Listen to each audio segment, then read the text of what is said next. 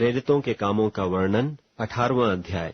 इसके बाद पौलुस अथेने को छोड़कर कुरिन्थुस में आया और वहां अक्विला नाम एक यहूदी मिला जिसका जन्म पुन्तुस का था और अपनी पत्नी प्रिस्किल्ला समेत इतालिया से नया आया था, क्योंकि क्लौदियुस ने सब यहूदियों को रोम से निकल जाने की आज्ञा दी थी।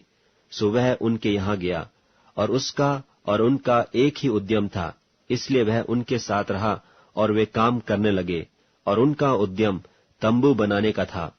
और वह हर एक सब्त के दिन आराधनालय में वाद विवाद करके यहूदियों और यूनानियों को भी समझाता था।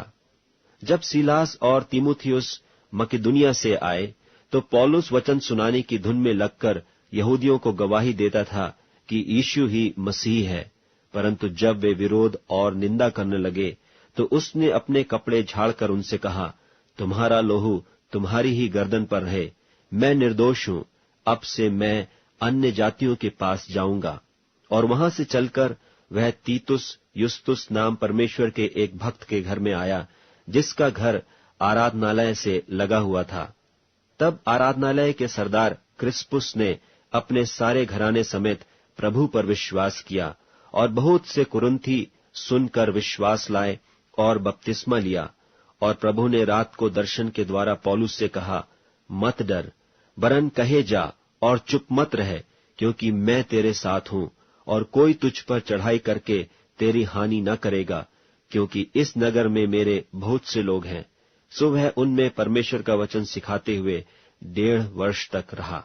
जब गल्लियो अखाया देश का हाकिम था तो यहूदी लोग एका करके पौलुस पर चढ़ आए और उसे न्याय आसन के सामने लाकर कहने लगे कि यह लोगों को समझाता है कि परमेश्वर की उपासना ऐसी रीति से करें जो व्यवस्था के विपरीत है।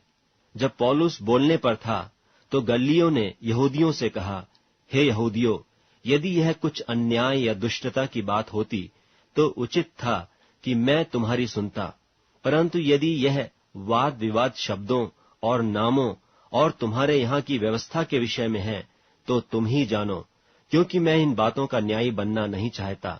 और उसने उन्हें न्याय आसन के सामने से निकलवा दिया। तब सब लोगों ने आराधनालय के सरदार सोस्थिनेस को पकड़ के न्याय आसन के सामने मारा, परंतु गल्लियो ने इन बातों की कुछ भी चिंता न की। सो पौलुस बहुत दिन तक वहां रहा। फिर भाइयों से विदा होकर किंख्रिया में इसलिए सिर मुंडाया क्योंकि उसने मन्नत मानी थी, और जहाज पर सूरिया को चल दिया और उसके साथ प्रिस्किल्ला और अक्विला थे। और उसने इफिसुस में पहुंचकर उनको वहां छोड़ा और आप ही आराधनालय में जाकर यहूदियों से विवाद करने लगा। जब उन्होंने उससे विनती की कि हमारे साथ और कुछ दिन रहे तो उसने स्वीकार न किया, परंतु यह कहकर उनसे विदा हुआ कि यदि परमेश्वर चाहे तो मैं तुम्हारे पास फिर आऊंगा। तब इफिसुस से जहाज खोलकर चल दिया और कैसरिया में उतरकर यरूशलेम को गया और कलीसिया को नमस्कार करके अंताकिया में आया। फिर कुछ दिन रहकर वहां से चला गया और एक ओर से गलतिया और फ्रूगिया में सब चेलों को स्थिर करता फिरा। अपुल्लोस नाम एक यहूदी जिसका जन्म सिकंदरिया में हुआ था, जो विद्वान पुरुष था और पवित्र शास्त्र को अच्छी तरह से जानता था, इफिसुस में आया। उसने प्रभु के मार्ग की शिक्षा पाई थी और मन लगाकर यीशु के विषय में ठीक ठीक सुनाता और सिखाता था, परंतु वह केवल यूहन्ना के बपतिस्मा की बात जानता था। वह आराधनालय में निडर होकर बोलने लगा, पर प्रिस्किल्ला और अक्विला उसकी बातें सुनकर उसे अपने यहाँ ले गए और परमेश्वर का मार्ग उसको और भी ठीक ठीक बताया।